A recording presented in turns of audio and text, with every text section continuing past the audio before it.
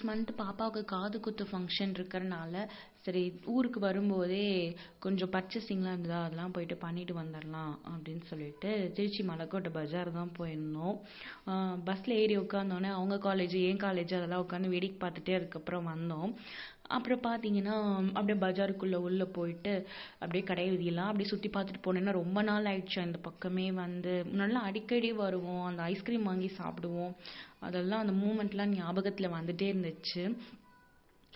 அதுக்கப்புறமா உள்ளே போயிட்டு பாப்பாவுக்கு ஃபஸ்ட்டு கொலுசு மாற்ற வேண்டியது இருந்தது, அப்புறம் எனக்கும் மாற்ற வேண்டியது இருந்தது.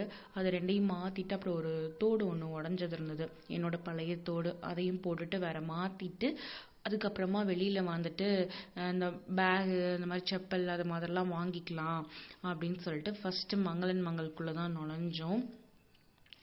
எவ்வளோதான் நகை விலைகள் ஏறினாலும் ஆனால் அந்த மக்களோட கூட்டம் மட்டும் குறையவே மாட்டேங்குது. பயங்கர கும்பலாக இருந்தது.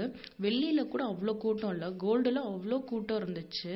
அப்புறம் ஒரு வழியாக அதெல்லாம் வாங்கிட்டு ரொம்ப பசியாக இருந்ததா அப்புறம் அங்கேயே பாப்பாவுக்கு சாப்பாடு ஊட்டிட்டு நாங்களும் சாப்பிட்டுட்டு அப்புறம் ஆட்டோ பிடிச்சி சத்திரம் பஸ் ஸ்டாண்டுக்கு வந்துட்டோம். அங்கே வந்துட்டு பஸ் பிடிச்சி வீட்டுக்கு வந்துட்டு கொஞ்சம் நேரம் ரெஸ்ட் எடுத்துட்டு ஈவினிங் போல் பாப்பா கூப்பிட்டு வெளில வந்தோமா. அவள் கோயிலுக்கு போயிட்டு இங்கேயும் அங்கேயும் விளையாடிட்டு சாமி கும்பிட்டுட்டே இருந்தா. அப்புறம் நைட்டு தூங்கிட்டு மார்னிங் போல் எந்திரிச்சு பார்த்தா நல்ல ஜில்னஸோட நல்லா இருந்தது, செமையாக இருந்தது கிளைமேட்டு. அப்புறம் அதை கொஞ்சம் நேரம் என்ஜாய் பண்ணிவிட்டு அப்புறம் ஊருக்கு கிளம்பிட்டோம்.